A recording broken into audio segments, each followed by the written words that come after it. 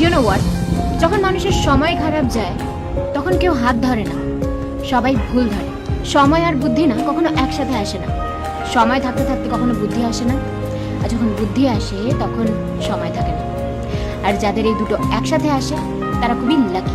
লোকে আমাদের সাথে যেরকম ব্যবহার করে, আমরা যদি সেই ব্যবহারটাই তাদের রিটার্ন দিই, তারা সেটা হজম করতে পারে না। আর তখনই তুমি বাজে হয়ে যাবে তাদের কাছে। শোনো, কারোর ওপর অন্ধবিশ্বাস করা উচিত না, কারণ একজন অন্ধ মানুষও যখন দেখতে শেখে তখন সে প্রথমে ওই লাঠিটাকেই ফেলে যে লাঠিটা এতদিন তার সাথে ছিল। পরকে আপন বানানো অনেক সোজা, কিন্তু আপনকে আপন বানিয়ে রাখা অনেক বেশি কঠিন। ধার সবসময় বুঝে শুনে দেওয়া উচিত, কারণ যে ধার চায় সে মাত্র একবারই চায়, কিন্তু যে ধার দেয় তাকে বারবার চাইতে হয়। যতক্ষণ চুপ থাকবে লোকে বোকা ভাববে, যেই মুখ খুলবে লোকে সহ্য হবে না।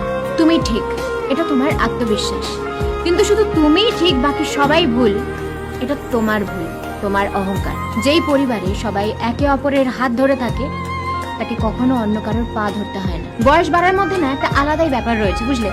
চোখ ঝাপসা হয়ে যায় ঠিকই, কিন্তু মানুষকে ঠিক চেনা যায়। মানুষ হলো অনেকটা আয়নার মতো।